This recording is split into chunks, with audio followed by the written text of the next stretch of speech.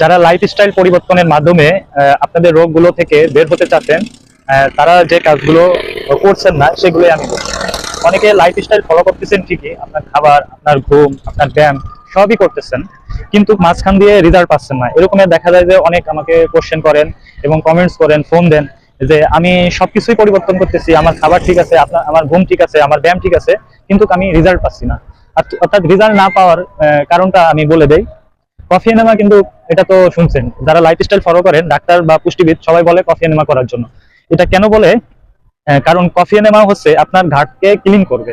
অর্থাৎ অর্থাৎ পেট থেকে সংকেত যায় আছে ব্রেনে। অর্থাৎ পেটে কাজ করে আছে আপনাকে 80 ভাগ, অর্থাৎ পেট থেকে 80 ভাগ রোগ তৈরি হয়। তো আপনার যদি পেট ক্লিন না থাকে, আপনার গার্ড যদি ক্লিন না থাকে, তাহলে কিন্তু কোনো ওষুধ বা সাপ্লিমেন্ট যাই খান কোনোটাই কোনো রেজাল্ট পাবেন না। যার কারণে কফি এনেমাটা অত্যন্ত গুরুত্বপূর্ণ। অর্থাৎ আপনার গার্ড আগে ক্লিন করতে হবে, পেট পরিষ্কার করতে হবে, তখন আপনি যে খাবার খাচ্ছেন, যে প্রোটিন খাচ্ছেন, সেগুলোর পুষ্টি আসা শুরু করবে, তখনই কিন্তু আপনি রেজাল্ট পাবেন। তো যাদের হুমায়ার দেখা যায় বেশি, ইনসুলিন বেশি, ভিটামিন ডি কম এবং টিজি বেশি, তারা যে